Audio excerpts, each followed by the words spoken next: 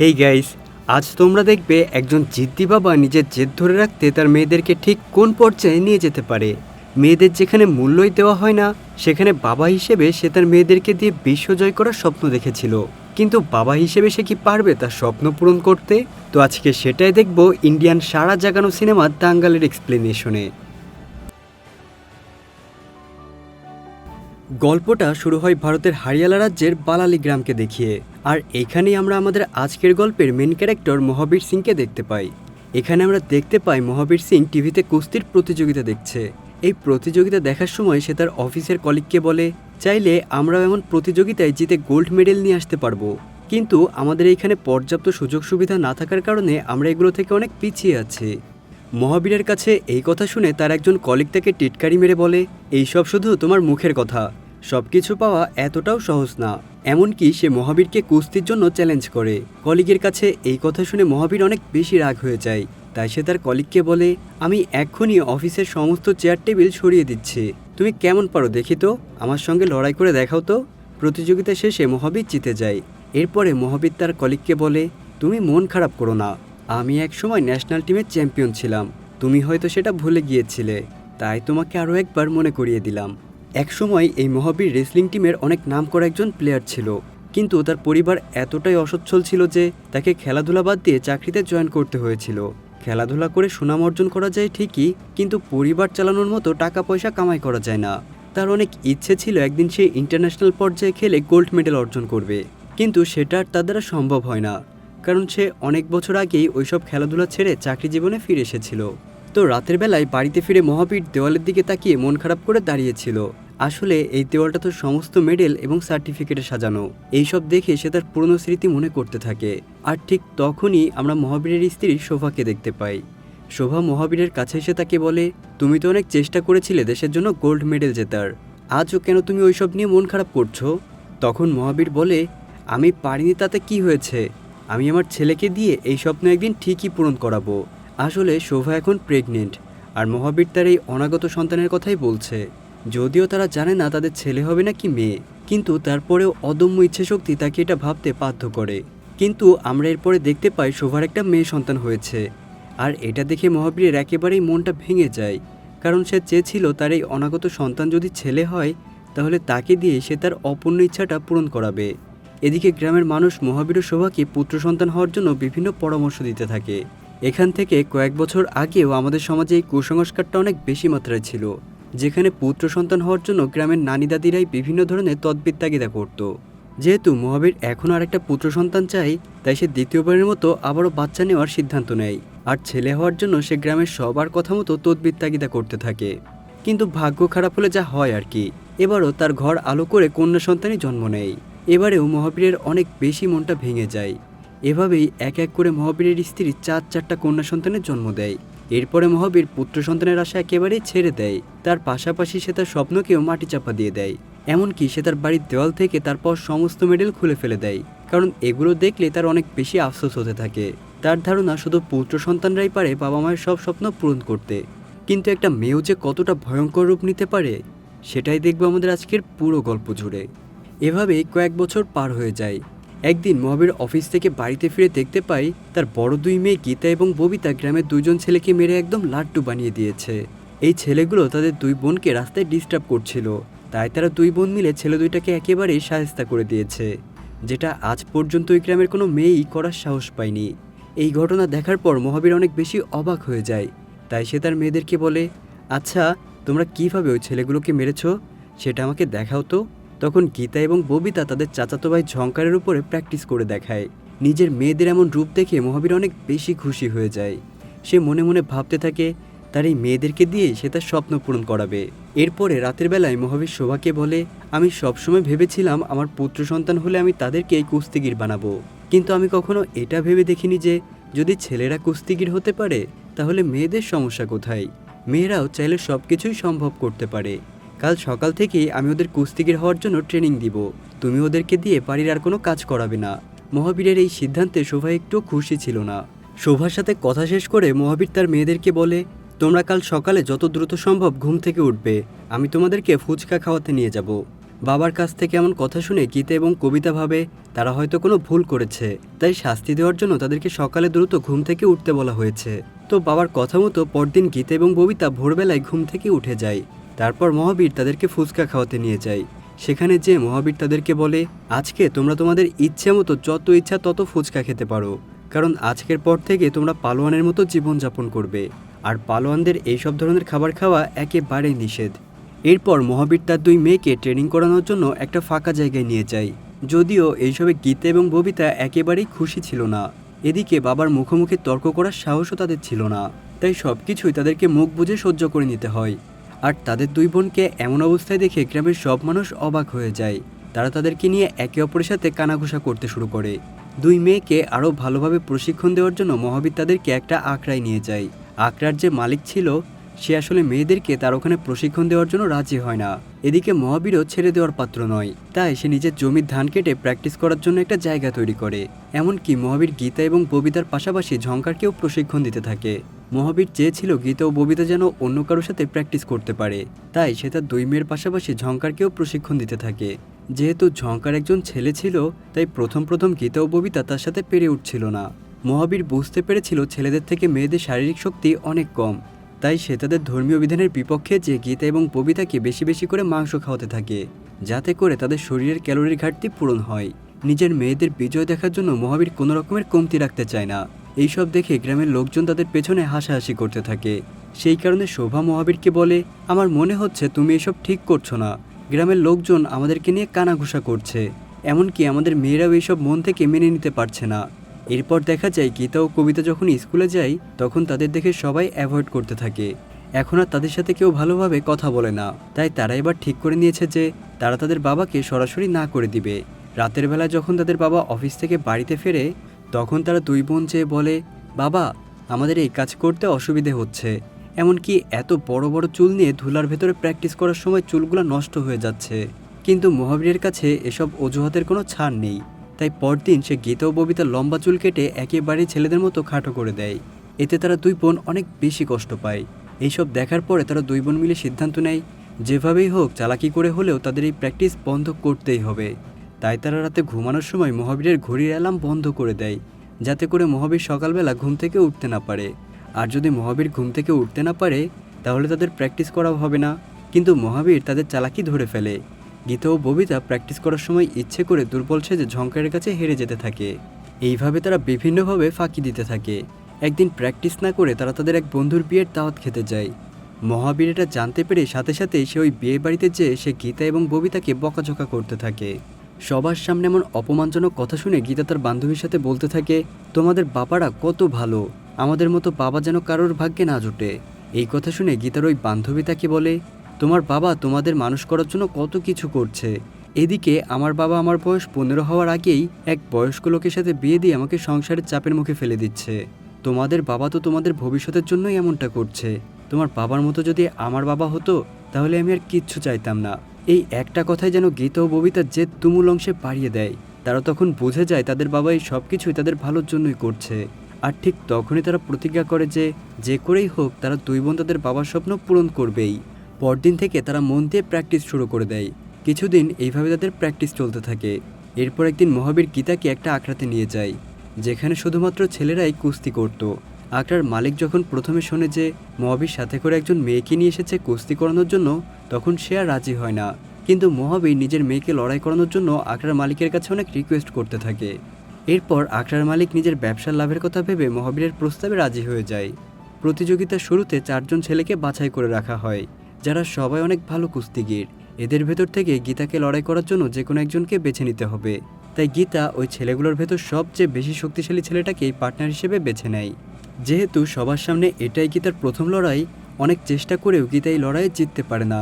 কিন্তু সে এতটাই ভালো পারফরমেন্স করে যে ওই প্রতিযোগিতার প্রধান অতিথি খুশি হয়ে গীতাকে 50 রুপি উপহার দেয়। সবাই তার পারফরমেন্স দেখে অনেক বেশি খুশি হলেও গীতা মনে মনে সন্তুষ্ট ছিল না, কারণ তার ইচ্ছে ছিল সেই প্রতিযোগিতায় বিজয়ী হবে। বাড়িতে ফিরে গীতা মহাবীরের কাছে জিজ্ঞাসা করে, আচ্ছা বাবা, আমরা আবার কবে কুস্তি লড়তে যাব? এই কথা শুনে মহাবীর অনেক বেশি খুশি হয়ে যায়, কারণ সে বুঝতে পেরেছে যে মেয়েটা মন থেকে তার এই পেশাটাকে মেনে নিয়েছে। তো এর কিছুদিন পরেই মহাবীর গীতাকে নিয়ে আবারও আখড়ায় যায়। সেখানে অনেক শক্তিশালী একজন পালোয়ানের সাথে লড়াই করে এই প্রথমবারের মতো গীতা বিজয়ী হয়। এই ঘটনার পর সেখানে থাকা সবাই গীতার পারফরমেন্সে অনেক বেশি খুশি হয়ে যায়। তারপর আর কখনোই তাকে পেছনে ফিরে তাকাতে হয়নি। গ্রামের যেসব মানুষ তাদেরকে নিয়ে সমালোচনা করত, তারা এখন গীতার পারফরমেন্সে অনেক বেশি খুশি, কারণ তারা কখনোই ভাবেনি একজন মেয়ে হয়েও এত বড় পালোয়ান হওয়া যায়। একসময় মনের কষ্টে মহাবীর তার ঘরের দেওয়াল থেকে সব ধরনের মেডেল ও ট্রফি সরিয়ে ফেলেছিল। আজ সেই দেওয়ালই পরিপূর্ণ হয়ে গিয়েছে তার মেয়ে গীতার মেডেল ও ট্রফিতে। তার কিছুদিন পর খবর আসে গীতা স্টেট লেভেলে সিলেক্ট হয়ে গিয়েছে। এখন তার আরও অনেক বেশি প্র্যাকটিসের প্রয়োজন। নিজের মেয়েকে আরও সময় দেওয়ার জন্য মহাবীর তার অফিস থেকে 2 মাসের ছুটি চায়। কিন্তু তার অফিসের বস যখন জানতে পারে যে তার মেয়ে একজন পালোয়ান, তখন তাকে ছুটি দিতে অস্বীকার করে। কিন্তু তার কাছে সামান্য চাকরির থেকেও নিজের মেয়ের প্রশিক্ষণের দাম অনেক বেশি। তাই সেই চাকরিটা ছেড়ে দিয়ে কৃষিকাজ করার সিদ্ধান্ত নেয়, যাতে করে এবার থেকে সে তার মেয়েদেরকে আরও বেশি সময় দিতে পারে। যেহেতু এবার তাদেরকে স্টেট লেভেলের জন্য নিজেদেরকে তৈরি করতে হবে, তাই তাদের প্রথমে একটা ম্যাটের প্রয়োজন। কিন্তু ম্যাট কেনার মতো টাকা মহাবীরের কাছে ছিল না। তাই সে সাহায্য চাওয়ার জন্য স্পোর্টস ক্লাবে যায়। কিন্তু ফাউন্ডেশনের লোকজন বিভিন্ন অজুহাত দেখিয়ে তাকে সাহায্য না করে সেখান থেকে বরং ফিরিয়ে দেয়। সেখান থেকে মহাবীর সোজা বাড়িতে চলে আসে। রাতের বেলায় মহাবীর তার ভাইয়ের সাথে কথা বলতে থাকে। সে তখন তার ভাইকে বলে, আমরা যখন কোনো কাজে জয়ী হতে না পারি, তখন আশেপাশের মানুষ আমাদেরকে গালি দেয়, কিন্তু জয়ী হওয়ার জন্য কেউ আমাদেরকে সাহায্য পর্যন্ত করে না। এইসব কথা বলার সময় মহাবীরের মাথায় হুট করে একটা প্ল্যান আসে। পরদিন সকালে মহাবীর তার ঘরে থাকা সমস্ত তোশক দিয়ে গীতা ও ববিতার জন্য ম্যাট তৈরি করে। নিজেদের আরামের থেকেও মেয়েদের কঠোর পরিশ্রমী করে তোলায় যেন এখন মহাবীরের কাছেই সব কিছু। এরপর মহাবীর তার 2 মেয়েকে ম্যাটে কুস্তি করার সকল পদ্ধতি শিখিয়ে দেয়। এরপর এক এক করে গীতা সব প্রতিযোগিতায় নাম দিতে থাকে। প্রথমে গীতাকে দেখে অবশ্য রিজেক্ট করে দেওয়া হয়েছিল, কারণ তার বয়স বাকিদের থেকেও অনেক কম। কিন্তু গীতার পারফরমেন্স দেখার পর তাকে সেখানে খেলার সুযোগ দেওয়া হয়। এখন গীতা অনেক বড় হয়ে গিয়েছে।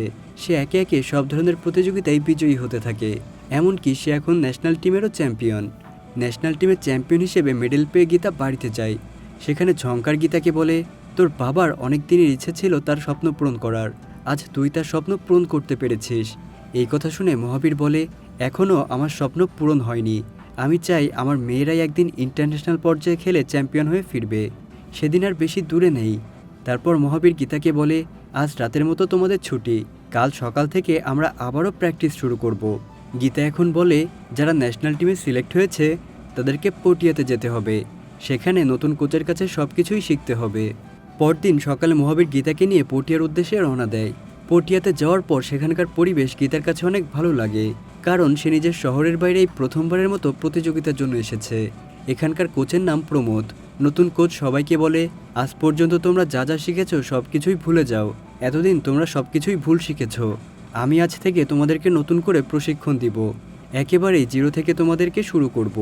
তাদের সাথে কথাবার্তা শেষ করে প্রমোদ তার রুমে যেয়ে বসে। তারপর সেখানে তার সাথে কথা বলার জন্য মহাবীর যায়। তখন প্রমোদ তাকে বলে, নিজের মেয়েকে দিতে এসেছেন তো দিয়ে চলে যান। এত বেশি কথা বলার এখানে কিছুই নেই, কারণ এখানে আমার কথাই শেষ কথা। আসলে প্রমোদ কোচ হিসেবে অনেক অহংকারী একজন লোক। এটা দেখে মহাবীরের একদমই ভালো লাগে না, কারণ কোচদের সবসময় ফ্রেন্ডলি হতে হয়। তারপর মহাবীর সেখান থেকে তার বাড়িতে চলে যায়। বাড়ি যাওয়ার পরে ববিতা তার বাবার কাছে বারবার ন্যাশনাল টিমের ব্যাপারে জিজ্ঞাসা করতে থাকে। কানের কাছে বেশি ঘ্যান ঘ্যান শুনে মহাবীর কিছুটা বিরক্ত হয়ে বলে, এখনও আমি তোমার কোচ, নিজে আগে ঠিকভাবে সব কিছুই শিখে ওঠো, তারপরে সেখানে যাওয়ার চিন্তা করো। আসলে মহাবীর ওই কোচের ব্যবহার দেখে কিছুটা চিন্তায় ছিল। অন্যদিকে গীতা নতুন পরিবেশে আস্তে আস্তে মানিয়ে নিতে শুরু করে। সে সেখানে নতুন নতুন বন্ধুবান্ধব তৈরি করতে থাকে। আস্তে আস্তে সে অনেক বেশি স্মার্ট হয়ে যায়। এমনকি সে বড় চুল রাখতে শুরু করে, যেটা তার বাবার একেবারেই পছন্দ ছিল না। তার বাবার সমস্ত বারণ উপেক্ষা করে সে এবার নিজের মতো করে চলতে শুরু করে। এরপর প্রমোদ গীতাকে বলে, তুমি অন্যদের তুলনায় না একটু বেশি বোঝো। এতদিন তোমার বাবা তোমাকে কি শিখিয়েছে না শিখিয়েছে সেটা আমার দেখার বিষয় না। তুমি ওই সব কিছু ভুলে যেয়ে এখন থেকে আমার ট্রিক্স ফলো করবে। কোচের কথা মতো গীতা তার বাবার শেখানো সমস্ত রুলস ভুলে যায়, আর তার নতুন কোচের পরামর্শ অনুযায়ী চলতে শুরু করে। কিছুদিন পরে গীতা কয়েকদিনের ছুটি কাটানোর জন্য বাড়িতে যায়। এতদিনে সে অনেক বেশি চেঞ্জ হয়ে গিয়েছে। তাকে দেখার পরে তার মা বলে, তোমার এমন চলাফেরা তোমার বাবা একেবারেই পছন্দ করবে না। এই কথা শুনে গীতা কিছুটা বিরক্ত হয়ে বলে, সবসময় কি আমাকে আমার বাবার কথা শুনেই চলতে হবে? আমি এখন যথেষ্ট বড় হয়েছি। এখন আমি নিজের ভালো নিজেই বুঝতে পারি। আর আমাকে প্রশিক্ষণ দেওয়ার জন্য এখন অনেক ভালো একজন কোচ আছে। আমার বাবা এতদিন আমাকে অনেক কড়া শাসনে বড় করেছে, কিন্তু কোচ আমাকে বলেছে একজন ভালো কুস্তিগির হতে গেলে এত পরাধীনভাবে চলা লাগে না, শুধু ভালো খেলতে জানলেই হয়। এরপর সেখানে মহাবীর এসে বলে, তোমার প্র্যাকটিস কেমন চলছে? গীতা তখন বলে, অনেক ভালো চলছে, সেখানে আমি স্বাধীন মতো চলাফেরা করতে পারি। তো পরদিন সকালে মহাবীর ববিতাকে প্রশিক্ষণ দিচ্ছিল। সেখানে গীতা যেয়ে বলে, এইসব ট্রিক্স দিয়ে ন্যাশনাল টিমে খেলা যায় না, এগুলো অনেক পুরনো টেকনিক, আমি তোমাকে নতুন সব টেকনিক শিখিয়ে দিব। তখন মহাবীর বলে, তাহলে কি আমি ভুল ছিলাম? আচ্ছা, তোমার কোচ তোমাকে কেমন টেকনিক শিখিয়েছে? আসো, আমার সাথে এখন প্রতিযোগিতায় নামো। প্রথমবারে গীতা মহাবীরের সাথে হেরে গিয়ে বলে, আমি ভালোভাবে প্রস্তুত ছিলাম না, তাই আর একবার খেলতে চাই। এইবার গীতা মহাবীরকে একদম আষ্টে পিষ্টে ধরে মাটিতে শুইয়ে দেয়। এই দৃশ্যটা আমার কাছে অনেক বেশি খারাপ লেগেছে। মহাবীরের বয়স হয়ে যাওয়ার কারণে সে এই লড়াইয়ে জিততে পারে না, কিন্তু নিজের মেয়ের কাছ থেকে এই আঘাত মন থেকে মহাবীর কিছুতেই মেনে নিতে পারে না। তার অনেক বেশি খারাপ লাগতে থাকে, কারণ সে অনেক কষ্ট করে তার মেয়েদেরকে এই জায়গায় নিয়ে এসেছে। আজ কিনা সেই মেয়েরাই তার সব শিক্ষাকে অস্বীকার করছে। এই ঘটনার পরে গীতার মনে কিছুটা অহংকার চলে আসে, কারণ সে মনে করে সে তার বাবার মতো একজন চ্যাম্পিয়নকেও হারিয়ে দিয়েছে, তার মানে সে হয়তো সব কিছু জয় করে ফেলেছে।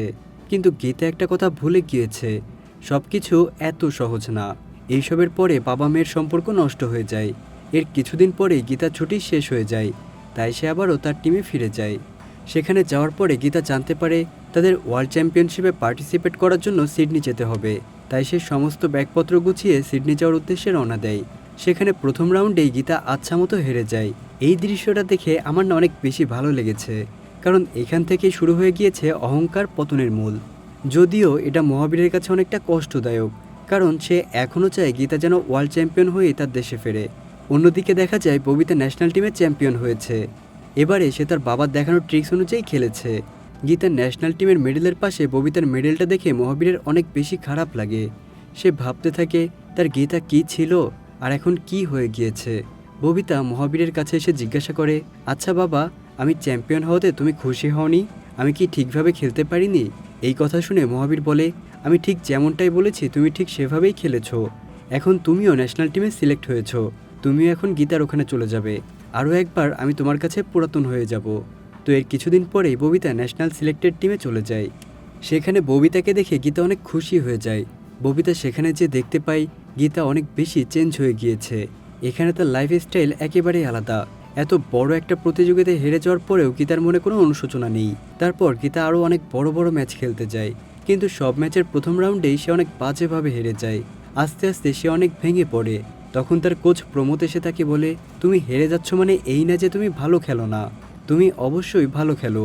মেডেল জেতার জন্য তোমাকে আরও অনেক বেশি পরিশ্রম করতে হবে। এইসব দেখার পরে ববিতা গীতাকে বলে, আমার মনে হয় একমাত্র বাবাই তোমাকে বিপদ থেকে বের করে আনতে পারবে, তাই তুমি বাবার সাথে এই বিষয়ে সরাসরি কথা বলো। গীতার মনে এতদিনে অনুশোচনা এসেছে, তাই সে ববিতাকে বলে, আমি কোন মুখে বাবার সামনে যেয়ে দাঁড়াবো? ববিতা তখন তাকে বলে, বাবা তো বাবাই, তাই না? আমরা ভুল করলে বাবারা কখনোই সেটা মনে রাখে না। এরপর গীতা তার বাবাকে ফোন দিয়ে কেঁদে ফেলে। মেয়ের এমন কান্না শুনে মহাবীরও কেঁদে ফেলে। এখানে তাদের ভেতরে আবারও মিল হয়ে যায়। এভাবেই কেটে যায় বেশ কয়েকটা দিন। তাদের ফাইনাল রাউন্ডের আর মাত্র 6 মাস বাকি। প্রমোদ সেখানে গীতাকে বলে, এই রাউন্ডে আমি তোমার কাছ থেকে একটা মেডেল চাই। তার জন্য তোমার খেলার ধরন সব পরিবর্তন করতে হবে। তোমার ওজন 55 কেজি থেকে 51 কেজিতে আনতে হবে, আর তোমার খাওয়া দাওয়ারও একটা রুটিন তৈরি করতে হবে। এসব কথা মহাবীর জানার পরে সে অনেক বেশি রেগে যায়। সে গীতাকে বলে, তোমার ওজন যা আছে তুমি সেই ওজন নিয়েই খেলবে, কোনো রকমের ডায়েট চার্ট তোমার করার প্রয়োজন নেই। এরপরে মহাবীর সিদ্ধান্ত নেয় যে সে নিজে তার মেয়েদের কাছে গিয়ে তাদেরকে প্রশিক্ষণ দিবে। তাই সে ঝঙ্কারকে নিয়ে সেখানে চলে যায়। ঝঙ্কার ও মহাবীর মিলে একটা বাসা ভাড়া নেয়। প্রতিদিন ভোরবেলায় সবার চোখ ফাঁকি দিয়ে গীতা ও ববিতা মিলে তার বাবার কাছে প্র্যাকটিস করতে আসে। এইভাবে বেশ কিছুদিন প্র্যাকটিস করার পরে তারা প্রমোদের কাছে ধরা পড়ে যায়, তাই তাদেরকে হেড অফিস থেকে ডেকে ওয়ার্নিং দেওয়া হয়। তখন মহাবীর বলে, আমাদের ভুল হয়ে গিয়েছে, কিন্তু এই ভুলের জন্য আমার মেয়েদেরকে এখান থেকে বের করে দিবেন না প্লিজ। তখন হেড অফিস থেকে তাকে বলা হয়, আপনি আর কখনও আমাদের এরিয়ার আশেপাশে আসবেন না, এমনকি গীতা ও ববিতা যেন আর কখনোই এই এরিয়ার বাইরে যেতে না পারে। এই বিষয়টা নিয়ে তারা সেখানে থাকা সিকিউরিটি গার্ডকে কঠোরভাবে নির্দেশ দিয়ে দেয়। এরপর মহাবীর গীতার কাছ থেকে তার পুরনো খেলার ভিডিও নেয়। তারপর সে একটা প্রজেক্টরে সব ভিডিও ভালোভাবে দেখে। সেখানে গীতা যে ভুলগুলো করে সবগুলো সে নোট করে রাখে। তারপর সে গীতাকে ফোন দিয়ে তার সমস্ত ভুলের কথা বলে দেয়, এমনকি নতুন নতুন আরও অনেক টেকনিক শিখিয়ে দেয়। এভাবে দূর থেকে বাবা তার মেয়ের প্রশিক্ষণ চালিয়ে যায়। এর কিছুদিন পর তাদের ফাইনাল কমনওয়েলথের পারফরমেন্স শুরু হয়ে যায়।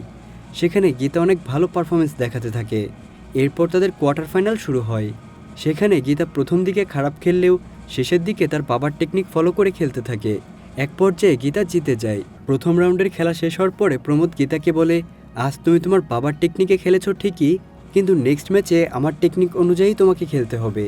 সেমিফাইনালের দিন অপোনেন্ট টিম প্রথম থেকে গীতাকে ভালোভাবে অ্যাটাক করতে থাকে। সেখানে গ্যালারিতে বসে মহাবীর গীতাকে বিভিন্নভাবে উৎসাহিত করতে থাকে। এইভাবে মহাবীরের টেকনিক অনুযায়ী খেলে সেমিফাইনালেও গীতা বিজয়ী হয়। সেমিফাইনালের খেলা শেষ হওয়ার পরে গীতাকে একটা ইন্টারভিউয়ের জন্য ডাকা হয়। সেখানে গীতা তার সমস্ত পারফরমেন্সের ক্রেডিট তার নিজের বাবাকে দেয়। গীতা সেখানে বলে, ছোট থেকে আমার বাবা আমাদের জন্য অনেক বেশি পরিশ্রম করেছে, এমনকি সে তার চাকরিও ছেড়ে দিয়েছিল শুধুমাত্র আমাদেরকে সময় দেওয়ার জন্য। আজ আমি যে জায়গায় পৌঁছেছি সব কিছুই আমার বাবার জন্যই সম্ভব হয়েছে। এখানে মহাবীরকে ক্রেডিট দেওয়ায় প্রমোদ অনেক বেশি রেগে যায়। প্রমোদ স্পোর্টস একাডেমির কাছেও মহাবীরের নামে বিচার দেয়, কিন্তু তাতেও কোনো লাভ হয়নি। এরপর তাদের ফাইনাল ম্যাচ চলে আসে।